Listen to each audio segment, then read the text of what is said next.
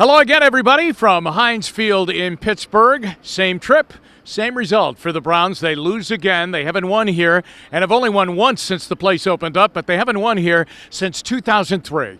But on this Sunday afternoon, it really looked like if they're going to win at Heinz Field, this would be the day. After all, the Steelers were playing with a free agent quarterback, without their best running back, without their best wide receiver, without their all-pro center. And still, they ended up putting 20 up on the board and beating the Browns by a score of 20-13. And like so many other times in the past, the Browns had early momentum here in Pittsburgh, but could not hang on to it. And until they overcome that, I think there'll be many 2.5-hour trips over here and 2.5-hour trips back home without a win. Until you can handle the adversity when it comes, and you know it's always going to come here, then you're not going to be able to beat these guys. These guys get the momentum themselves.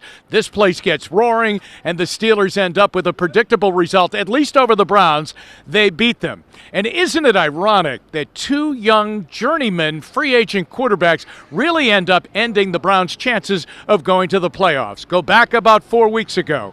Denver in the Mile High City, Brandon Allen, the quarterback out of Arkansas who had never taken an NFL snap. He outplayed Baker Mayfield that day and beat the Browns as the Broncos handed the Browns their fourth straight loss. And then today, Devlin Duck Hodges going in there as a starter for only the second time in his first year in the NFL, coming out of Samford University, and he played almost error-free football, giving up one interception late in the game. But other than that, he made all the right decisions and waited for his team to get going, which they did right before halftime to erase a 10-point Browns lead, take it into the second half. His defense played very, very well behind him, and he did enough offensively to get them the win. So for the Steelers, without all of those missing parts, they're in the playoff spot right now with a record of 7-5. And the Browns, with all of those, superstars on offense, they're not in the playoffs. They're 5-7, and it looks like, unfortunately, we're playing out the string beginning next Sunday against the